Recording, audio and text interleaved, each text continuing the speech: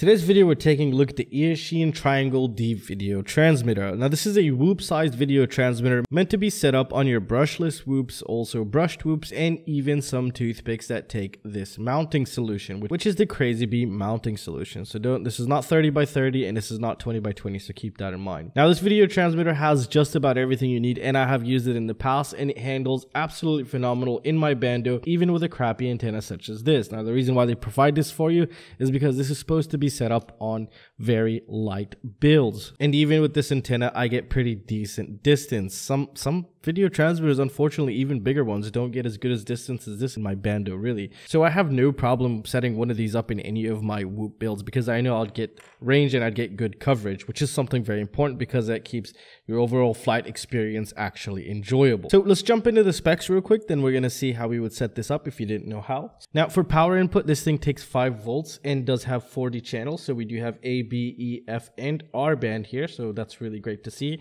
We also do have smart audio, which will allow you to control this guy through your on-screen display without the need to come and press a button here. However, you're still going to need to press the button to start and stop recording, so keep that in mind. Now, we also do get a bunch of LEDs right here, so it can give us the status, what channel you're on, what output power, and everything you might need to know in order for you to fly, and that's very well covered in the user manual here. They discuss everything in really great detail, in my opinion. Now, for the antenna type, it is going to be an IPEX, which they do provide you with. However, something very important is not to power this guy on without an antenna installed, or you might risk damaging it and or losing some range. So keep that in mind, just be careful, always make sure this is connected, and this goes for any other video transmitter here. Now, they also do provide you with just about every type of connector you might need, especially for a whoop build, which is nice to see here. However, you're not going to be able to solder directly to this, you will need the connectors. So for output power, we do have pit mode, we have 25, 100, 200, and also 400 milliwatts. So that should be plenty enough for any of your whoops out there. And the DVR function records in AVI format 1280 by 720, and it could take a maximum of a 32 gig SD card.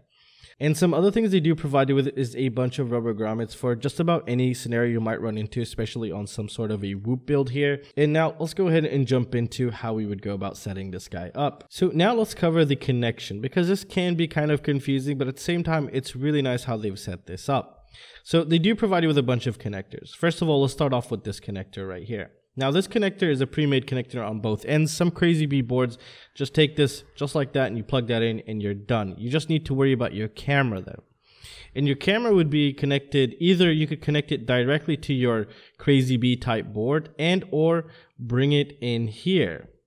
And let's make a little bit more sense of this. So let's start with this one here. So your camera would be set into here. Actually, it could be also set into your Crazy Bee board, but let's take it into this scenario here. So the black wire is obviously going to be ground for your camera. The yellow wire is going to be your video signal, which is also the yellow wire coming out of your camera. And the red is going to be the 5 volt. So once the camera wires have been set up, you might be like, okay, well, if I do it this way, I'm going to lose on-screen display. But you're actually wrong here. And that's why they have all these wires. So let's cover these wires real quick. So black is going to be ground, again, for your flight controller. Then we have red, which is going to be 5 volts. This only takes 5 volts. And this is where it gets interesting. So the green wire here is going to be the smart audio. So smart audio is going to go to any TX pad if you have any available. That'll allow you to change the channel band and output power through the on-screen display instead of having to press the button. But if you didn't know how to set that up, you don't really need to worry about that. You can still do it from here. So we're left with 2 wires here. And like I mentioned before, you might be afraid now you bypassed your on-screen display, but you did not, because this yellow wire is basically the same one coming in from your camera. So it's just being routed here just to make your life easier. So this yellow wire would actually go on your camera input on the flight controller. And what happens when you do that is the camera's input is coming through this yellow wire and it's popping back out through this one and going into the flight controller's camera input. And then on the output, or the V out, or the VO, video output, or VTX, whatever it might be on your board, this is where you're going to put the VTX line, which is this one.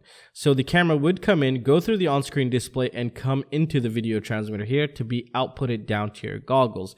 I really like that. It makes it pretty simple, nice and easy. Now, if you didn't want to use this right here, so for example, you didn't want to go through all this and you didn't want to use this connector. So your camera, you would just power up from the flight controller. 5 volt and ground, it has power. And the yellow line for your camera would go on the cam input of your flight controller. Then you'd want to completely ignore this yellow line right here. And you're going to want to actually grab the blue line and set that up to the VTX or VOut or video out. Usually that's the name of the pad, VOut, VTX, and video output, or whatever it might be. And you'd want to put the blue wire, not the yellow, the blue wire there. And like that, you'll have your camera coming in through the on-screen display and also being outputted down your goggles with the on-screen display. So it can be kind of confusing in the beginning, but if you just sit down and really think about it and draw it in your head, you'll easily figure that out. And I really like everything is silicone here. And what's also really nice, all the wires are silicone, pre-soldered and stripped, which is really great to see here. I really like seeing that.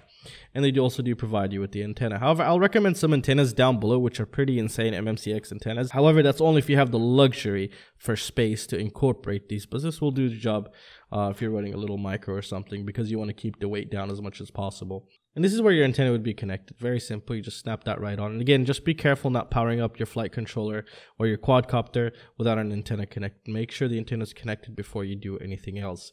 That's very important, you take that into consideration. And your SD card will be set right there for your recordings. And well, that's it guys. I really hope you guys enjoyed the video. Everything's linked down below, and I'll see you in the next one. Peace out.